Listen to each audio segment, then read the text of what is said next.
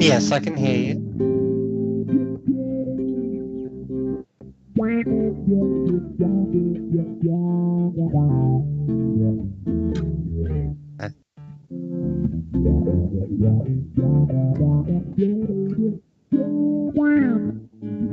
Okay.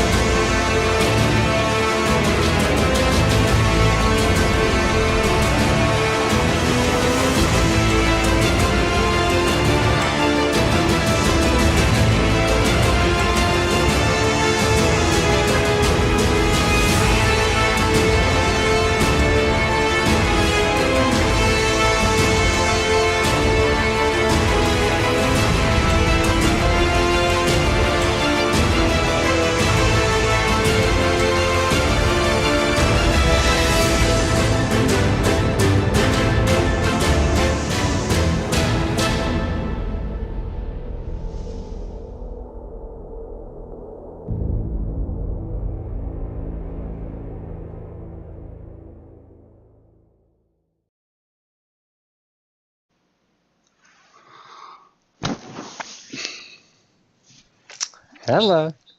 I'm blaming you. I am totally blaming you. Um, I'll take the blame on this one. it's not entirely your fault, but the good news is you had enough troubles that credibly I could blame you. No, Oh, that was uh, look, y'all don't understand. Like, I like to be like 5 minutes early. Like, this show should be starting at like 8:55 every time, right? Oh, I take all the oh. blame for this one. Welcome to In Time. My name is Nicholas Lavar. Souter, we are in time, not on time, and no matter how hard we were together, we scheduled half an hour early. My mic died. My boom mic died, so I'm back on this old thing, which nobody likes, and quite legitimately so. My apologies, but then Vox had the new, genuinely nice. That's A a nice pair brand of kitty. new set, I right? know. I Like, like it. And then Vox couldn't and the connect. ears light up. I couldn't connect it. Our guest today, Maute, doing the bass as it was, and Maute's just like, I don't know who all you all fuckers are, but I can't believe I got to do this show. So he's just watching us sit there. It's like, and then Vox vanishes, and we're like, didn't we have Vox around us? The camera's gone. Yeah, I was So, there a minute ago, and then I was gone, and oh, so welcome all to In Time. Thank you for joining us. Yeah, today's time. Well, I'll get to today's in a second. We've got so we're back on our regular schedule. So that's uh, Tuesdays, 9 p.m. Eastern, if anybody wants to let Vox know. And then Thursdays, 9 p.m. Eastern. I'll try not to have Vox. Vox is, oh, Nick, how's it going? It's like, yeah, you're live now. What? Um, so Thursdays we're going to do, and I think this Thursday we're going to be covering a lot of stuff, in particular the electoral college. What shenanigans are going to go on? Is there going to be any problem with the certification of the electoral college results? What's his name? Mr. the Gremlin Turtle guy, McConnell. Mike Pence. No, McConnell. McConnell. Yeah, there's so many of them. McConnell Right. went out and said that, begged the Senate not to, because a number of congressmen have asked they need at least one senator to represent them to contest the Electoral College certification. They need one. They need one, and they're looking. So McConnell's trying to wrangle his boys. We're going to get into all that. I think it's going to be good. We've also got John Shook coming back. We're going to be talking about the post-truth, the reality of a post-truth world and what that means. We also are going to be getting back into, we're going to be doing the rest of the shows. We had postponed them, but we're going to be doing these again on the grievance studies, which I not the grievance, but the woke culture. That was a term that Barack Obama actually coined, and it was a pejorative. So, Vox, I think you're really excited about that. I am. I want to get onto those. I am. I'm really looking forward to that one. I do have one thing today, and I Yes. just want to say this. My guy, who everybody like, I took so much crap for this. My guy, Pete Buttigieg, was named Transportation Secretary. The little mayor from South Bend, Indiana, the little train that could, so to speak, has made it all the way to Washington, D.C. And I am just so happy. Oh my God. Like, I needed some good news today, and I got it. And will be, if confirmed, the first LGBTQ, openly LGBTQ member of the cabinet in U.S. history. First openly LGBTQIA plus person to win a primary, and now to be a member of the cabinet. And this is just a year for firsts. Yeah. But I needed some good news today, and I opened up Huffington Post, of all places. And I saw that he had been named Transportation Secretary. And I just smiled so. So I know that's got nothing to do with the show going on today, but I just felt like you guys needed to know that I was momentarily happy inside. Well, good. Well, I think that's another one. I think that's going to be worthy of some time on Thursday. So good. I'm definitely glad to hear it.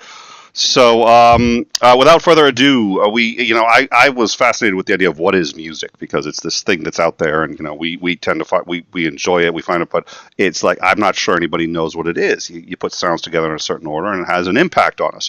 We did a marvelous show on what is music with Christopher Maute, who has sat in your chair on more than one occasion, Vox, but now he's in the hot seat. I had a poor joke to put in there. I'm going to avoid that one, but he is in the hot seat today. He is going to be our guest again to discuss music therapy. So without any further ado, Mr. Christopher Maute, how are you, sir? I'm doing quite well. Everything working. You guys can hear me? Yes, sir. Maute in the house. That's right, ladies and gentlemen. Ready to rock. Thank you, Philadelphia. I should get my distortion out. I'd like to thank you all, motherfuckers. Raise the horns. Detroit, not Philadelphia. Oh, not Philadelphia. Listen, you can't say that. You can't say that around these parts. Philadelphia is the metropolitan mecca of these areas. These areas being the specific areas I live in. Hold on a second. Why's my head cut off? What are you doing to me? It's not on the feed. It's only cut off on the. Well, it's not cut off on the YouTube. If that's, it's only. Yeah. No, he adjusted the once again. I'm going to institute a new policy here on In Time, which is it's never my fault. So it's just I don't care what the problem is. Yeah. Oh, hold on. Now, of course, my very well planned my monitor just cut. So give me a second. Now I can't hear. I think everybody would much rather my mic cut than my monitor. But no joy today, folks. It's the so I'll let Vox until I can start hearing again. I'll let Vox cover for me. We are a mess. Absolutely. Well, anyway, if you want to, Chris, just kind of explain, I'm sure people that weren't here the first time, just kind of really explain what it is that you're going to be doing for us tonight. All right. Listen, people. If there was ever a time, don't make me put the reverb on my goddamn voice and get all serious. If there was ever a time when we needed just a little bit of a break from news, politics, and shit like that there, and we could agree upon one thing, we could come together on one point, I think that music has to be a component of this. Here's why. Music, from an evolutionary perspective, even though there are arguments, and this is a separate show, about whether or not music actually evolved to have, for an evolutionary purpose, for an adaptational purpose. But regardless of the answer to that question, it has been involved in many of the things that make social creatures, including group cohesion, the ability to play on pulse and in sync, and a feeling of connection and togetherness that potentially could transcend the difference between us versus them. And these are all like parts of religious experience that can be experienced secularly. Go to any friggin' awesome rock concert. Back when we used to go to, remember when? Yeah, I do. There was a point in time. Concerts, babe? Yeah, there was a point in time where we could actually walk out our doors and, congregate together. Focus. It was like so long ago. It was like 2019, I think. Laser sharp focus. We are still positive thinkers here. So if you can't go out to that music concert and get that connectedness, the least we could provide to you is a little bit of music being brought into your home through the intertubes in time, which hopefully is not only the name of the show, but a representative statement about my ability to play music, considering I'm a bass player. Right? I should be able to play in time, should being the operative term. Being the operative. I happen to be, just through a complete happenstance of history and my development as a adult, I went to graduate school for music therapy. So I feel like I'm in not a privileged, but a unique position amongst the three of us to talk about like what music therapy is, because music therapy is actually a thing.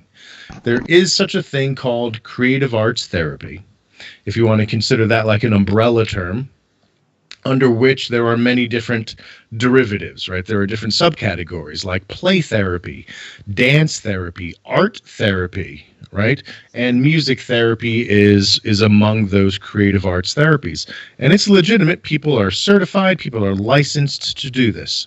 I would like to make a caveat up front. Excuse me. While I am trained in music therapy, fully trained, went through all the graduate school, I did not graduate because after 2 years of graduate school in music therapy, I decided I did not want to be a music therapist. Especially... See? It's a sign. She just said I'm allergic to bullshit. The oracle speaketh. I'm going with whatever she says, but please. And I think the bullshit that she was smelling, the smell that she was picking up, was the music therapy program that I was in. So I had to bounce after 2 years, and that's a long story. But regardless, I went through all the classes. I went to all my placements. I went to the class that the diagnostic class that trained me on the diagnostic and statistical manual at the time. Unfortunately, that was 25 years ago. And for those of you keeping track, that was the DSM-3 TR. Oh, Jesus. TR, the 3 TR, right? There was the 2, there was the 3, but before there was the 4, there was the 3 TR. There's the text revision. They're like, we made a couple mistakes. We need to update this, right? Not mistakes. And now we're up to 5 for those of you that are actually in the know. We're up to the DSM-5. So my training doesn't mean shit because... A, I'm not certified, and B, I'm not licensed. So, and that's, by the way, just for the history of this, that's one DSM passed where homosexuality was a diagnosable and curable condition. Just saying. But please continue. Well, hold on a second. I want to make a quick comment about that because you're talking about, if we're going to talk about the Diagnostic and Statistical Manual and the history thereof, we need to understand that there was the DSM that was put out in post World War II. They needed a quick way to categorize. This is the whole boom of clinical psychology. Everyone was shell shock, right? Oh yeah. And the George Carlin joke, right? Shell shock explains what it is. It's only 2 syllables, and then he talks about the euphemisms of hard facts and soft language. Now it's post-traumatic stress disorder. The more syllables there are, the more bullshit it is. They're hiding fucking hard facts and soft language, people. Shell shock tells you what it is. All right, that's enough of my George Carlin impersonation. But because of that, because so many soldiers were returning home with these problems, there was a boom in clinical psychology, and the American Psychological Association decided to put forth a way to categorize all these things, and that was the Diagnostic and Statistical Manual. So that was like the 40s and 50s, and there wasn't a new version until like the 70s, right? 20 years later. And then that was the 2. Right? And then there was the 3 that was put out, I think, in the 80s, the mid-80s. And then the 3 TR, which was like 89. And then, so fortunately, the revisions have been closer and closer together, meaning that they are accumulating more and more recent data. But yes, to your point, the one before the 3 TR was the 3, and the one before that was the 2, and the 2 did have homosexuality as a diagnosis. I believe it still refers to, I think even the 4 referred to people such as myself as transvestites, if I'm remembering correctly. Or was that the 3 TR? It's either the 3 TR or the 4 that referred to it as transvestitism. I don't remember that, I have to be honest. I'm sure we could look it up, though. I don't even know if I still have my old 3 TR. I might have thrown that out. Anyway, so all of that to say, I'm trained in this stuff, but not certified or licensed, and my training is 25 years old. So, can I diagnose? No. Am I an expert in clinical psychology in general? Absolutely not. Do I have a little experience? He's a stickler for this shit, because I'm sitting there going, okay, listen, Maudie, I got a friend, okay? This is what they do. Now tell me that this is like borderline person. This is borderline. It's just like, hey, asshole, I can't fucking diagnose you. I don't know what the fuck did you go to school for. Sorry, I'm done. I cannot. In Time does not support everything that Nicholas Lamar Soutter says. His comments or his opinions about psychology or other topics expressed on this show are not. That's what I need. I need to go ahead and do you a favor and just put that little blurb together. Okay. And the opinions expressed on In Time do not reflect. All right. That said, I just wanted to make all those caveats in place. So, what am I knowledgeable about? Music therapy, because I went through it, and I also was a lead mental health worker in a therapeutic nursery, and I have some experience in these things. Am I an expert in clinical psychology? No. I will happily defer to people more knowledgeable than me. But until they show the fuck up, between the three of us, guess who is the expert for the next fucking 60 minutes? Yeah. Who's got two thumbs and is going to pretend to be expert for the next fucking little bit? Who doesn't have the qualifications? Not even me. I'm pointing to the Oracle. Oh, yeah. Yeah. This one over here. So, my father would call music therapy or art therapy or equestrian therapy white peopling is what he would say. Because I cannot imagine, somebody from, say, Little Havana or somebody from the inner city going, I'm going to go have my therapy session where I ride my horse and I talk about my feelings. All right, that's something. Well, any insight therapy can be considered white peopling, right? With the luxury of thinking about being insightful and what that insight will do to provide you with, a quality of life, and you're going to pay somebody to spend time with you to figure that out, right? Because without the paying time for the counseling part, those mechanisms and structures have always been in place, but they've mostly been religious, right? When you wanted counseling, you usually went to a priest or the religious leader of the community because they were the best at the counseling component. This idea that we've secularized that and people are specifically trained in that, and then from that, go ahead. Does this mean maybe? And I'm just having an idea. Just hear me out. Okay. This is a setup. Maybe. I can smell the setup. Maybe we have this building, right? And in this building, we have a group of workers, okay? And you can go and spend an hour for a specific amount of money with these workers and get I don't know, some therapy, some time, some attachment. These workers will generally be female, and we'll call it something like In-N-Out or Jiffy Lube or Five Guys. I don't know, and we'll it'll be clinical, right? Just thought. You could start something called like intimacy therapy. Yeah, I think that would be good. Yeah. Or if you wanted to riff with the euphemistic labels, you could fast food therapy, right? Yeah, or we could just call it board certified prostitution. Whatever. Just spitballing here. We're just kind of playing. If riding the horse could be therapy, Hey, let's put our zoologist glasses on, right? Let's frame this in human society terms. The fact that therapy exists the way that it does, outside of the compartmentalized version of how we work, with the compartmentalized version of how we play, with the compartmentalized version of how we family, right? is absurd. Like, we could have a whole show just talking about like how the DSM is like the encyclopedia to the zoo of humans.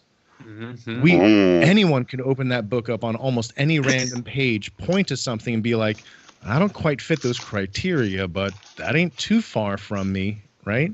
And the fact that we have a book that friggin' categorizes the human zoo is its own fucking topic of conversation. So, without going too deep into those, this is without a doubt white peopling, because it's not only therapy, it's finding a version of play that makes therapy fun. Yes. Which is ultimately the leisure of leisures. We have so much time on our hands, we're fucking with it. We have so much clean water, we're shitting in it. You know what I mean? It's like, how many different ways can you put this? Is that fair? Yeah, absolutely. Okay. All right.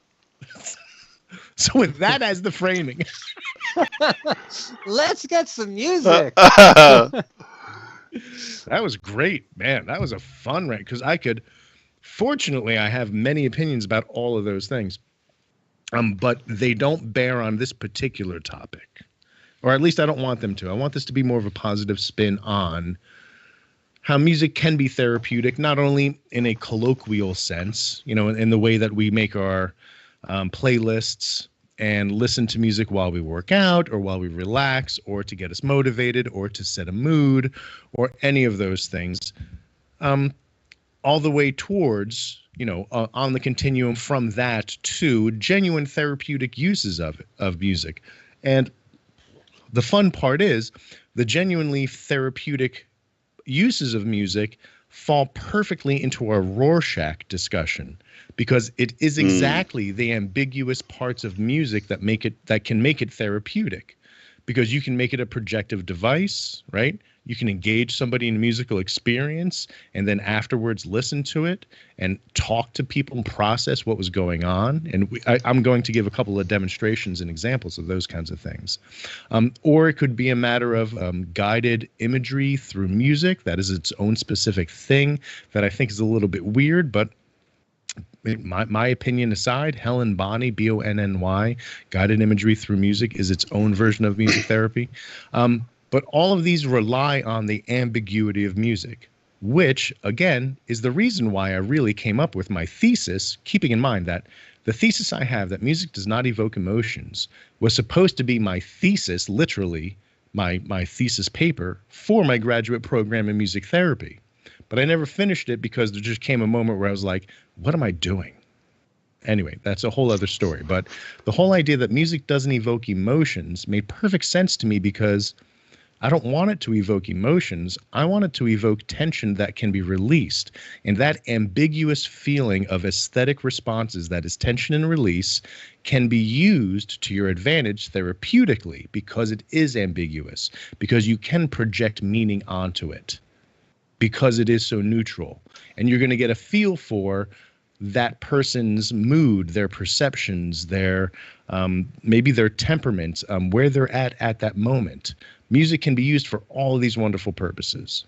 So I'm hoping that over the next hour or so, we can kind of unpack those ideas. Not only music being used therapeutically, clinically, but all the way, you know, ranging on the other side of the continuum to like, what fucking playlists do you have for what times of day, for what reasons, right? Because that's also music therapy from my perspective. And I can also go into like the legitimate history of music therapy, like where it started. Nordhoff and Robbins, autistic population, which is perfect, right? Because autism, one of the main symptoms is some disconnect socially, right? The studies that have been done on autism kind of show that if you're watching a movie clip, if there are studies that are people watching movie clips of, you know, a human interaction, and people with and without autism. And the people without autism, of course, are watching this human interaction because that's the juice, that's the hot stuff, that's what we gravitate towards, right? And so when asked questions about that interaction, we have answers. People with autism don't have the answers to those questions because they were focusing on the swinging lamp in the background. Like, oh, there were humans talking, right? So that disconnect of what we value socially is very much a component of the diagnosis of autism, as well as the symptoms. So if they're not functioning socially in the way that we can, why not just bridge that gap with a form of socializing that doesn't have to be verbal? It doesn't have to be the version of socializing that we normally do when we are doing a transaction and buying something and getting change and counting the change and how are you doing, light conversation. Music is that bridge. And that's, at least that was the idea of Nordhoff and Robbins when they started in the early 50s, 60s, using music and applying it therapeutic to the autistic population. So that was like the roots of it. And from there, of course, it has developed into a bunch of different areas. But because of that, because of the projection, ambiguity component of music, it has been taken up very, what's the word I want to use? I guess I'll just not use a modifier. It has been taken up by the psychoanalytic movement, right? So I'm talking about Freudian psychoanalysis, where they're looking for projective techniques to find out what's going on consciously for the purposes of, psychoanalysis. What is your history coming up to now, so that we can figure out what your current obstacles are so that we can overcome those obstacles. But not only that, because of recent trends, things like cognitive therapy, which are like, who gives a fuck what happened to you up until now? What are your goals in the future? What are the obstacles to those goals in the future? And let's just remove those goals, or let's remove those obstacles, I should say, right? I don't care what brought you to here.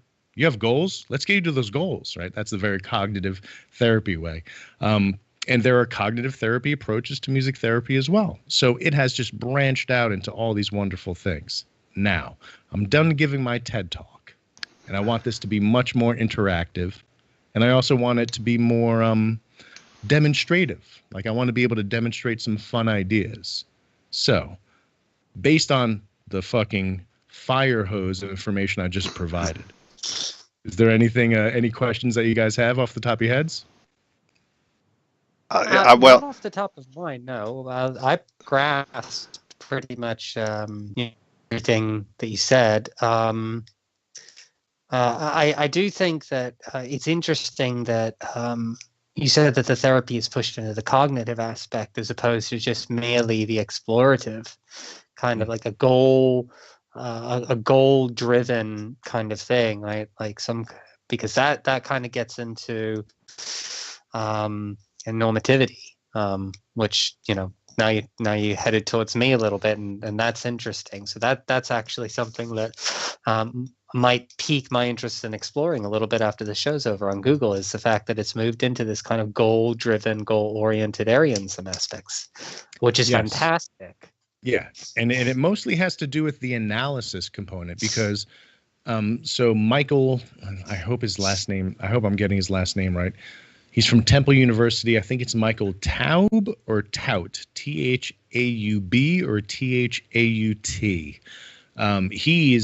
He had developed a music therapy model that is based more on cognitive behavioral therapy, where the process is the same, right? It could be interactive music that you record and then process afterwards, but the way that you're processing it is different, right? Instead of trying to have people project onto it things for the purposes of unpacking insight about their past, you can use it for processing goals that you have about interacting socially. So with that in mind, I actually have some examples that can demonstrate this whole process of how music can be used for social purposes, not only for increasing social interaction, but for kind of getting a feel for where people are in their social interactions. Because there is a bit of music therapy that kind of derives on that kind of vibes on the idea that your musical interactions are comparable or in parallel to your social interactions. So if you don't mind, I'd like to give a couple examples of that. And then the one thing I want to also get is, I had a question, which was I would love to get some examples of the difference between what would be a cognitive or a behaviorist approach to a CBT approach to music therapy versus psychoanalytical or some other approach. But that was my question. But please continue. Okay, so let's try to attack both of those. Excuse me.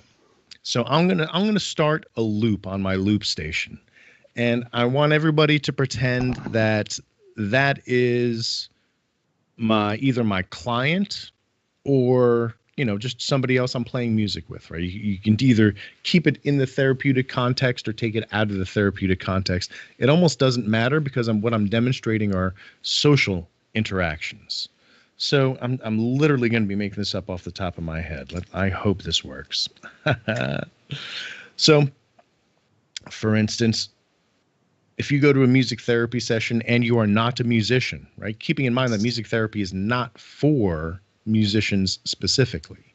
There are instruments available that are pre-tuned, so you can't hit wrong notes, right? Like xylophones that have literally things removed so that the only panels that are left are playing a wonderful scale that works over a bunch of chords that, of course, the therapist knows how to play around.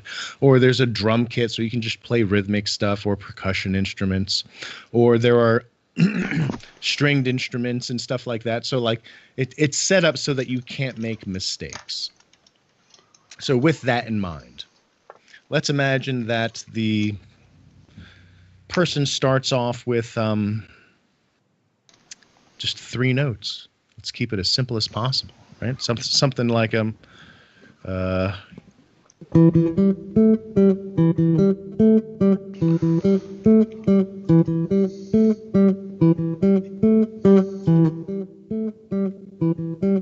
Okay, so they just lock into that.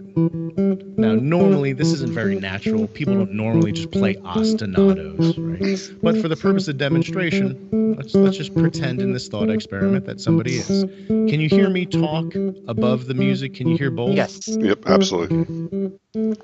One of the things that I can do if somebody plays this, what did I play there? Okay, one of the things that I could do is match them, right?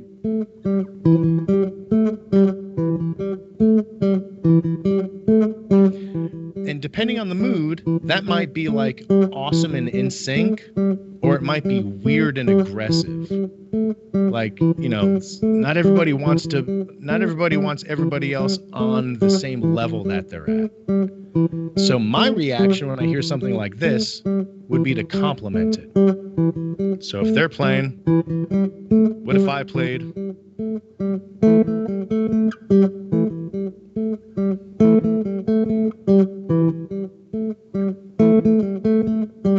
I'm just making what they're doing sound better, but I'm not playing exactly what they're doing. But I'm trying to keep it interesting. Now,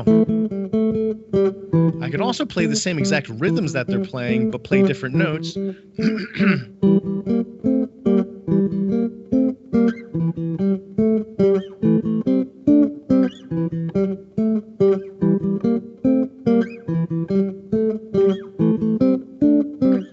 So this moves away from being aggressive, like I'm playing what you're playing, to I'm doing what you're doing, but in a way that complements you, right? So sometimes there's that move. Sometimes you just want to be supportive. If I hear somebody playing this and I want to be supportive, I'll do some move like this.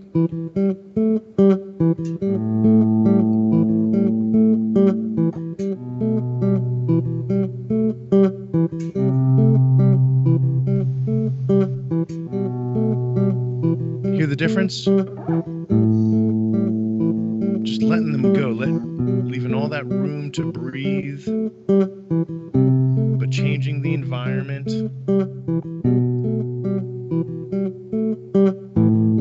Or you can change it up. If somebody's playing this and they're totally dedicated to it, you can just be...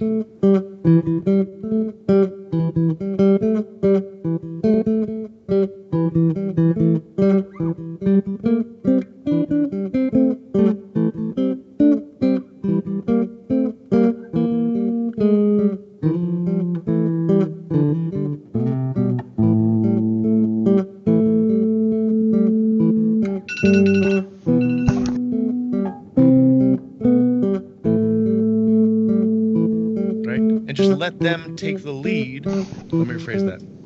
Let them set the line of continuity that you're perpetually playing around.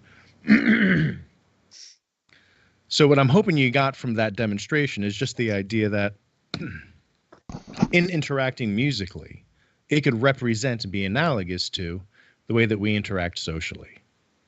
You can be supportive. You can try to match the energy of people. You can be complimentary, and you can be complimentary either in being supportive or trying to match that energy. If you were to record that interaction as it was going on and then listen back to that interaction with the person that you interacted with and just paused every once in a while, well, that was a cool little bit right there. What were you thinking there? The kinds of answers that they would have about the way they interacted would reveal things that would be different than if it was a social interaction. Because they already have the language to talk about social interactions. They don't have the language to talk about this musical interaction. And so sometimes they'll stretch for different ways of describing things that just open them up for more and more avenues to get to know them, to understand where they're coming from, to understand where they are at that time and place, to understand what strengths they have, what weaknesses they have, and how you can work through them. Now, that is a little bit of a more psychoanalytic approach. If you wanted to follow that same procedure and do a processing in a more cognitive behavioral approach, during the processing, it might sound, let me give an example. When during that processing, if the person playing said, oh, when you played the same line with me, it made me anxious. Oh, really? Well, why did it make you anxious? Well, because it felt like you were competing with me. Okay. Do you really think that I was competing with you? Well, no. Okay. On a scale of 1 to 10, how much did it feel like my competing with you was causing your anxiety? Well, that's a 10 out of 10. All right. So here's where the cognitive behavioral therapy comes in the processing. Okay. So, if if it was raining lava outside, how anxious would that make you to go outside? 10 out of 10. Okay, so you're telling me that when I played along with you, that made you as anxious as if it were raining lava. Well, no, that's ridiculous. Okay, so let's give me another estimate of, on a scale of 10, how anxious it made you. Well, it made, so that's where you're getting the cognitive behavioral component. You're just getting grist for the mill for the purpose of processing. Because getting people to just walk in and tell you pointedly what problems they're having throughout the day in a way that you can use therapeutically, that's a wish. That is a wish, right? that is based on years of rapport. And hopefully, for those that are pursuing counseling and therapy, they get that. They get those years of rapport that facilitate that. But the way that the medical model is set up now, we are less prone to set people up for long-term therapy than for short-term therapy.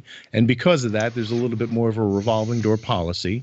And because of that, you need to build rapport quickly or find back doors to find out answers that you would be able to find out that you would be able to find out sooner than having to build a rapport over years and years and years. Because instead of having years and years and years, you usually have about 3 months of therapy that needs to be approved for another 3 months at the end of those 3 months.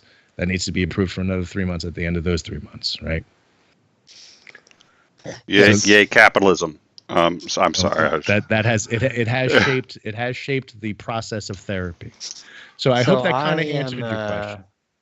I'm a person that has been fortunate that I can afford therapy without insurance. I have been going to see a therapist for 11 years now. Same one. Twice a month. So 24 times a year. For 11 years. And that man knows things about me that I will never understand, like just the insight into me, the things that he tells me about myself, and half the time I think he's just making it up. But it's just amazing what a person who's dedicated to figuring another person out can figure out.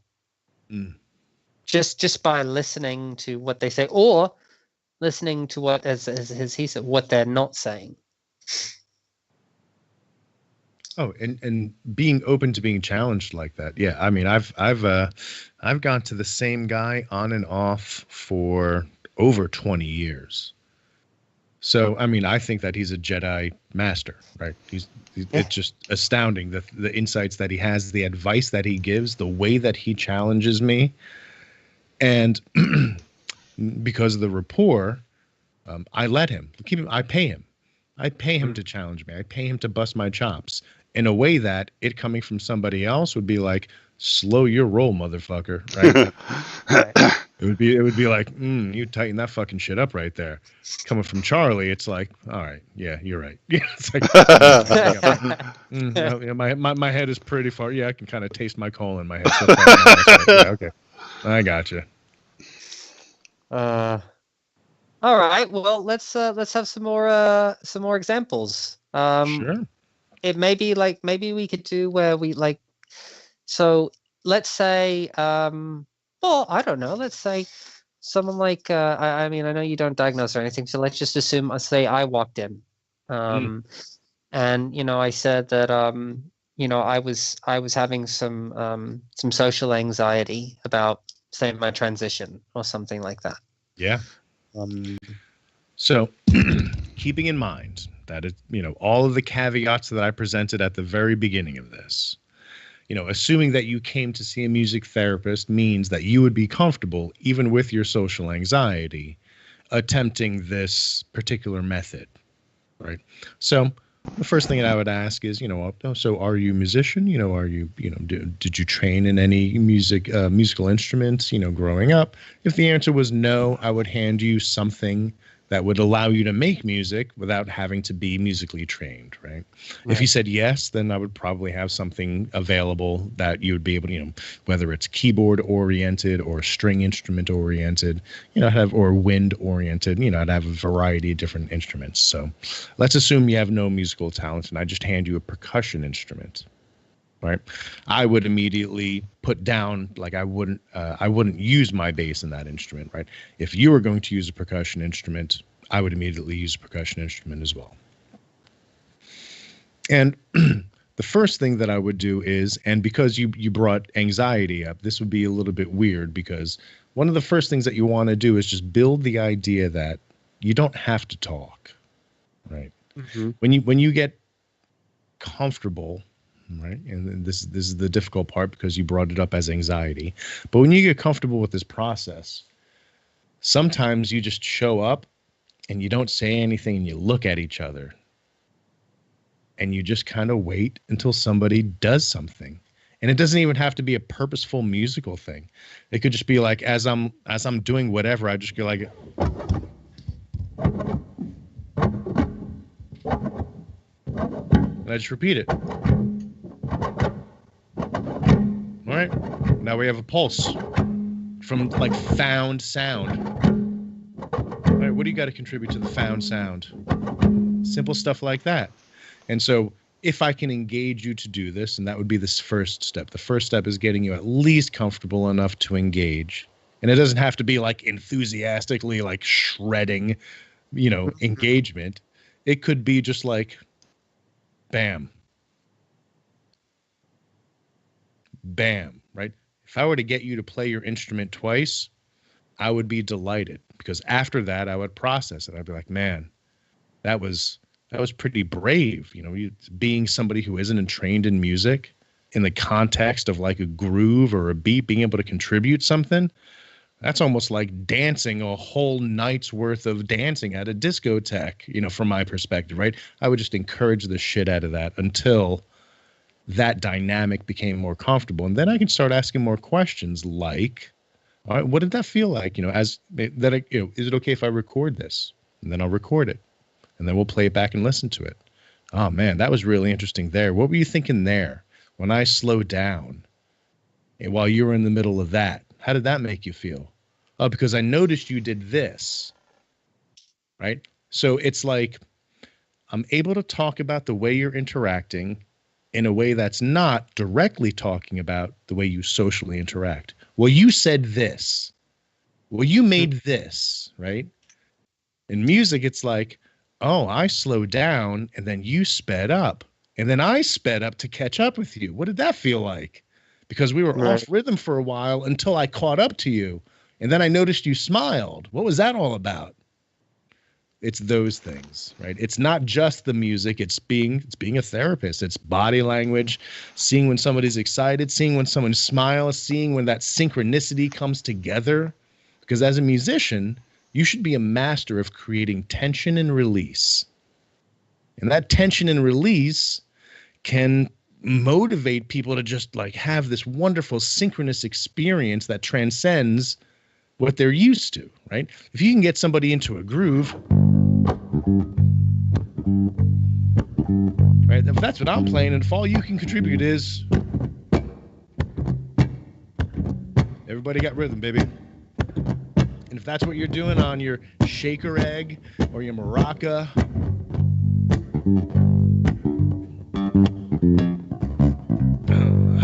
right? Me fucking it up on purpose in a way that you can still follow and then landing on the one is what made James Brown a fucking genius. I can do whatever the fuck I want. So as long as I land on one and you're there too, we both feel fucking awesome, right?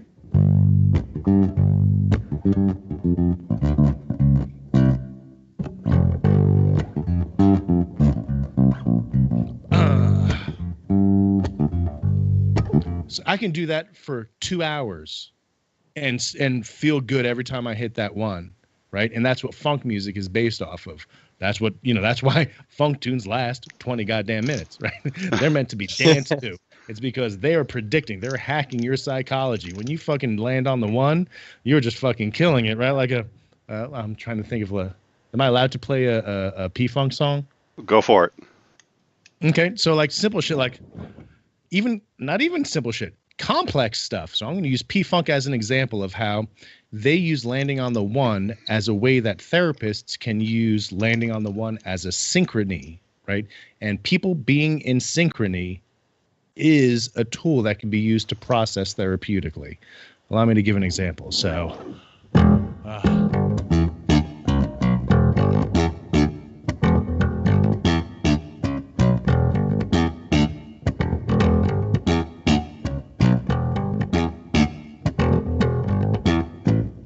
that I got goosebumps just playing that bass line. That is such a goddamn funky bass line because I'm playing the one and then I'm implying the one. And then I'm playing the one and then I'm implying the 1, 2, 3, 4. 1. 1. 1. 1, 2, 3, 4. 1, 2, 3, 4. 1, 2, 3, 4. 1, 2, 3, 4. 1.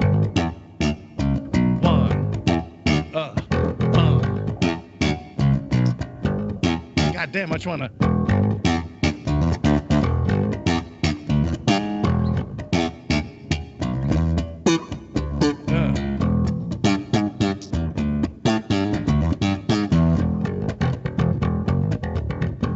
I just want to get primal and funky and rhythmic with that, right? And if somebody can just hold down them.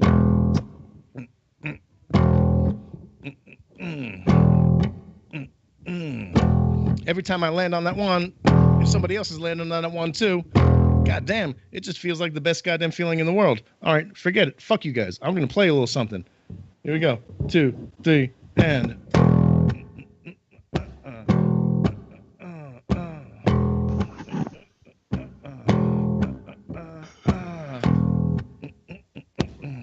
All right, so I got my groove, right? We're talking about synchrony right now.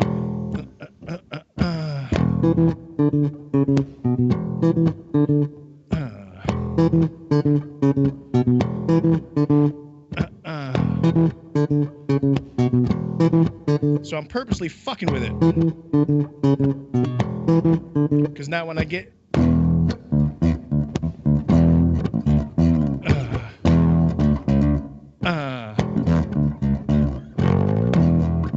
you know where I'm going with this?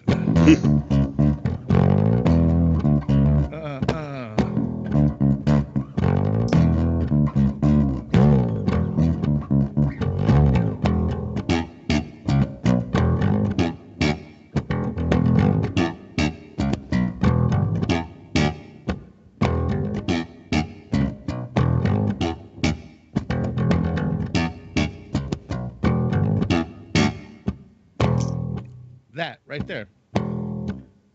For those of you at home, if you're not tapping your toe, then you ain't human, right? That is a groove. That is a funk. That is synchronicity. That brings people together. That is the unifying factor, the social cohesion factor, the social evolutionary cultural factor that brings music as an ingredient into human evolution. It's what makes us social creatures. It makes our socialness even better. I don't want to get into the question of whether music has socially adaptive purposes, but the least that we can say is it played a role in humans being social creatures. Like that fucking synchronicity thing, so long as any motherfucker has a rhythmic device, you don't even need a rhythmic device. Your leg is a rhythmic device. The foot is a rhythmic device to your floor, to your foot, right? Just like anything works. Synchronicity is a variable you can play with to make a connection that you can later use to process what that person was feeling during that synchronicity. Musicians are used to feeling synchronicity. It's what a groove is. It's what a pocket is, right? We have terms for this synchronicity factor. And musicians are special because we make a living playing. I'm going to go play. I play music. What do? I play music. For a living? Yeah, I get paid for it. I play.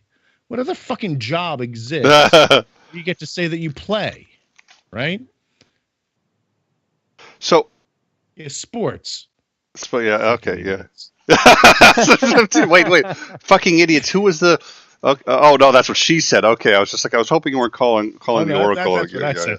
Okay. I'm not a sports guy. Sorry, guys. Okay, yeah. So what is it? Yeah, go Vox.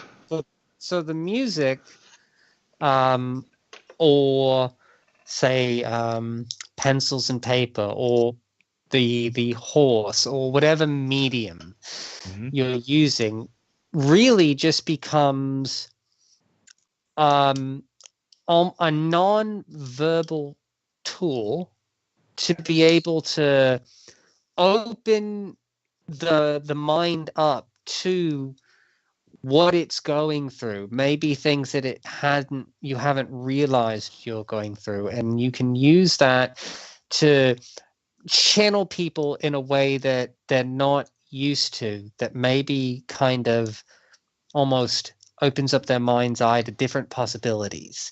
Maybe they didn't realize there was something that was bugging them, or something, that a behavior that they're doing that they need to work on, or something like that. And you're exploring that without words, what we use every day. You're giving them something different. Now you're having to think about it. What am I feeling when I did this? Is it like you said, it's almost like if we're just talking, well, I can talk. Yeah. I know how to talk. I got this. I know how to hide things. I know how to explain things. Yeah, I absolutely. I know how to hide things. I have the English language. It's vast, it's broad. I can lie to you. But if I'm doing something that I haven't done before, I can't do that so well. No. And that's so the version, and I want everyone to keep in mind that there are many different varieties of music therapy, how music can be used therapeutically. But the one that we're using, where you have an interaction, and whether you process it verbally or not, you're exactly right. What you're doing is drawing out of them just a way to interact, with the assumption being that interaction is interaction. Now, if you can combine it with processing it verbally afterwards, now you have grist for the mill, right? Because usually with clients, you don't get to see their everyday interactions, right? You get to see their guarded version of the way they want to present themselves during your 50-minute hour. And also, hopefully you know something about them, so that when you know what their goals are, so that when you're verbally processing something that happened musically that's nonverbal, you can make connections and get them to open up about things. Well, first you can get them to open up about things that they wouldn't normally open up about. And then in doing so, you can make connections about what their strengths are and where they are with their goals. A super simple, and this is almost, humorously simple, but please just bear for the thought experiment, right? So if I know that a client has a problem with connection, right? They're having a problem with connection, and they're in music therapy, and you're engaging in a music therapy interaction, and I'm playing something, in ostinato, like a, and all of a sudden they follow me like in perfect synchrony, maybe an octave lower, and it gets recorded, and then afterwards you bring it up. Like, hey, there was a moment there that was super fun where I played a riff and you played exactly the same thing that I did. And we hung on to that. We played that for like a good, 6 or 8 times. And I noticed that you were digging it. You were smiling, this, that, and the other. How did that feel? You process that and go, okay, so you had mentioned in the past that you have problems like connecting because of the fear of not, it going wrong. Did you have that fear when then you can bring this up as an example of addressing a different issue, right? So you're kind of using the musical interaction to deal with interactional issues that maybe they're coming into therapy for. Again, super simplistic version of a therapeutic model coming from somebody that is, 25 years ago trained. But these models still exist, right? These models still exist.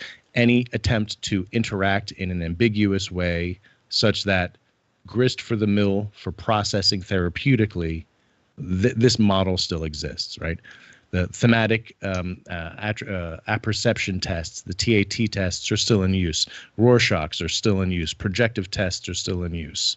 So that's where the art therapy kind of area, the creative arts therapy gets their juice from, is that, there is very valuable stuff that you can get from these ambiguous things like art therapy, music therapy, asking people to draw a tree, a house, and a person, getting non-musicians to engage in musical interactions and then asking them questions about it afterwards.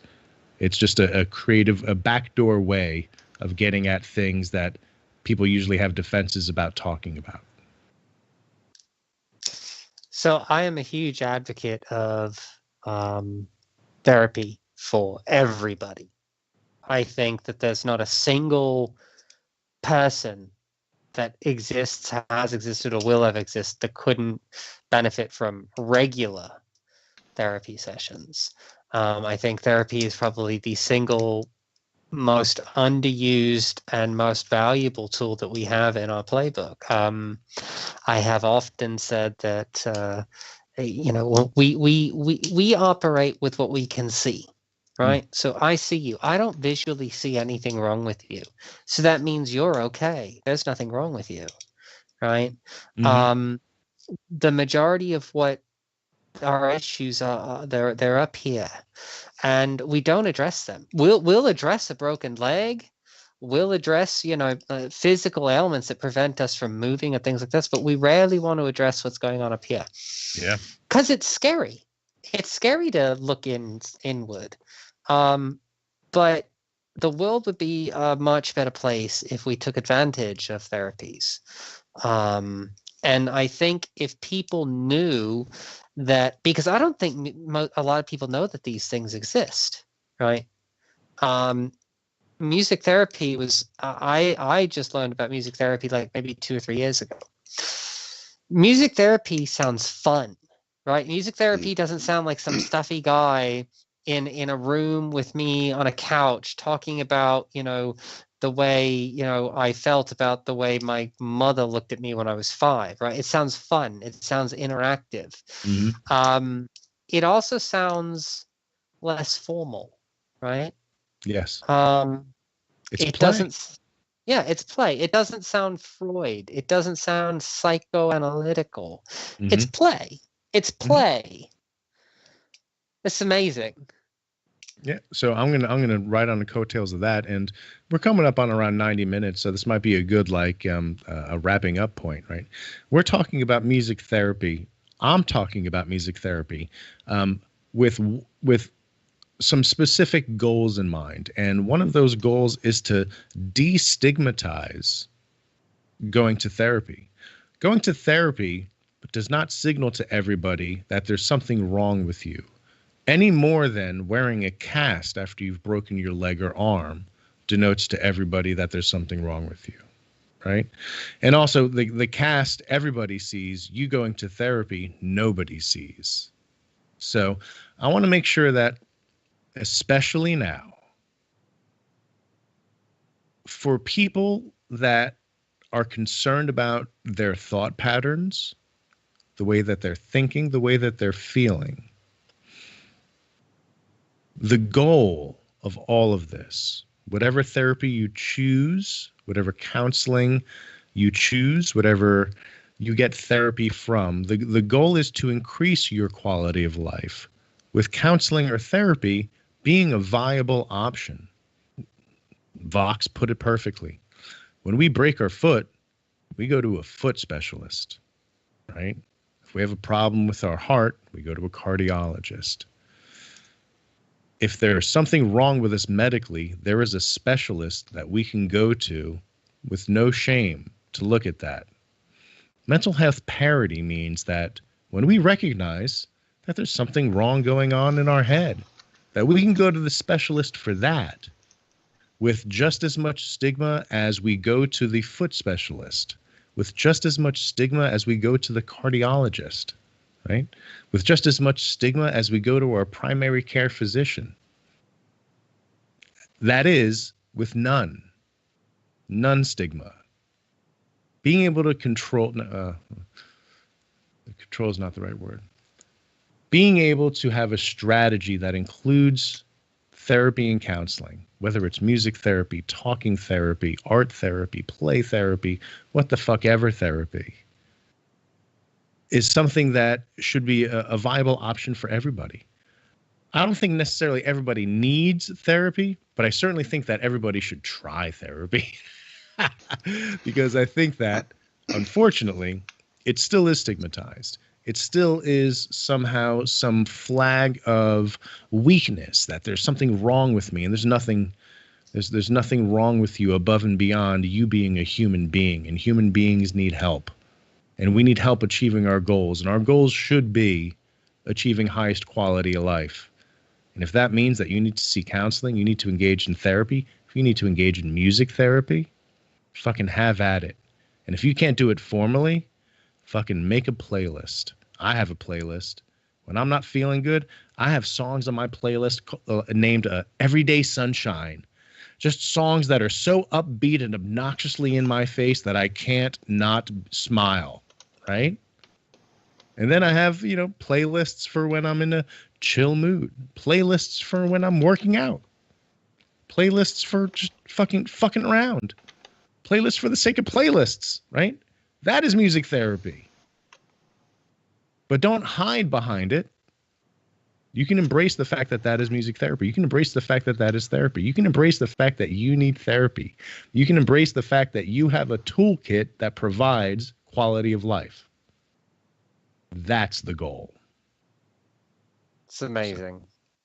Yeah, well put. And I do think that's something marvelous to wrap up with, although I'll say I'm never going to let my eldest listen to this stream. I'm going to go into her room and find her with her earbuds in, jamming out to some music. I'm going to say, hey, don't you have like a class that you're supposed to be in right now? It's like, sorry, Dad, can't. I'm in therapy. All right. Fantastic. All right. Well, thank you, Mr. Maute, for joining us today. And thanks for listening to my TED Talk. Oh no! So, yeah, well, absolutely. Yes, that's half of what this show is. Thank you so much for joining us. Thank you all. Ouch. Okay. Yeah. Shots fired. We're gonna. I was gonna say, if we can get anybody wants to join us in the Discord, I'll be in the Discord for a little bit after the show. Hopefully, Vox and Mr. Maute there can join us. For Mr. Maute, what I am going to be doing is I have told him that we are going to be piping in just for him Sam Harris meditations into the Discord, and that is like leaving a trail of breadcrumbs. He is going to be there, and so just show up, ask him some questions. He's like, where's Sam Harris at? Oh, just in a minute. But here's some questions about music therapies.